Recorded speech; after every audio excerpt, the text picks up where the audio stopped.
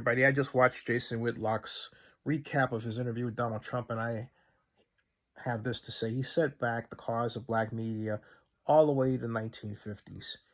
Jason walked in, he admitted that he was there because Trump and his people invited him, which means that they wanted someone who they knew was going to trumpet their cause. I don't know if they paid him or not. If they did, great, believe for him. If they selected him, I think that's quite a compliment for him as a conservative speaker, but he should admit it as such rather than try and come off as if he's got some middle of the road leaning that isn't translating to him being compensated. I have nothing against anyone being compensated for their point of view. All I say is, hey, look, if that's how you are rolling, just tell everybody that you are and let it be that, okay?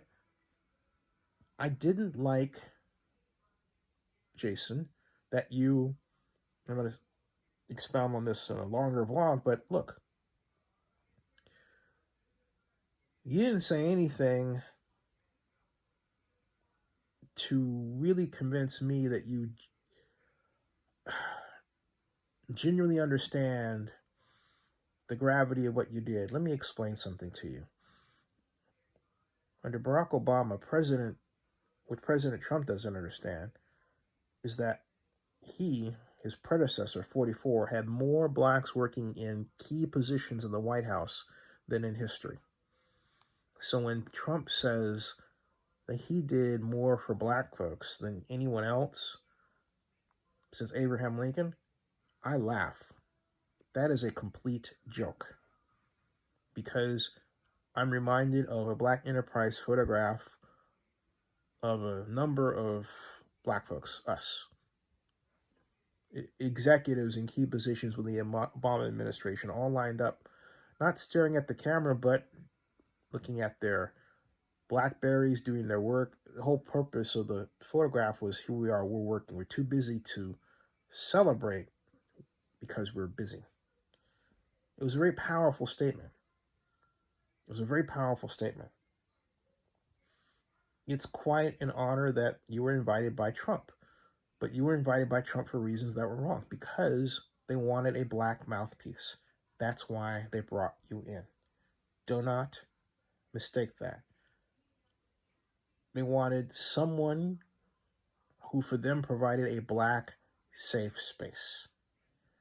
And the reason is simple, because Trump has done so many bad things to so many black folks that he basically took himself out of places to go in terms of media where he would get a questioner that was not throwing statements at him that might upset him, because he knows he's wrong. The simple fact that he knows he's wrong is demonstrated by the fact that he went after you, knowing that you would be, in a sense, a mouthpiece, and he brought you to the White House. Again, I say this, congratulations, man. Regardless of how you got to the White House, you got to the White House, brother, all right? But what you said today, and then what you said at the interview, is cause for concern. Barack Obama did more for us. The problem is that a lot of us don't like to see us in power. And that includes you, okay? That's the real story. A lot of us are afraid of real success. You want success from a white hand as opposed to a black hand. You want success in a way that doesn't provide success for the rest of us, as I read it, okay? And maybe that has to do with the way you grew up. You and I grew up different.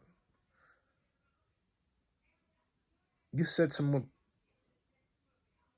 things, as they say, about what your father did when you were growing up. My parents divorced when I was 6, but they were two middle-class professional people owned a 2-flat building in Chicago, Lincoln and a Cadillac at the time when I was born in 1962. They're doing well for any family in the United States of America, regardless of color. And that was 2 years before the passage of the Civil Rights Amendment, okay? You should never be afraid to establish your own voice that doesn't attack black folks. You establish a voice that is the classic. It's like Candace Owen. It's like you're angry at the other black folks who didn't go the conservative way. That's how you come off to me. That's not good. That doesn't do anyone any good. I hope you're doing fine, okay? But I also hope you get over this idea that your success has to come at the expense of other black folks.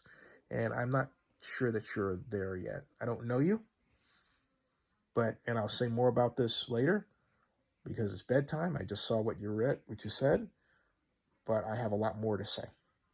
Subscribe to Zinnia62 and bookmark oaklandnewsnow.com.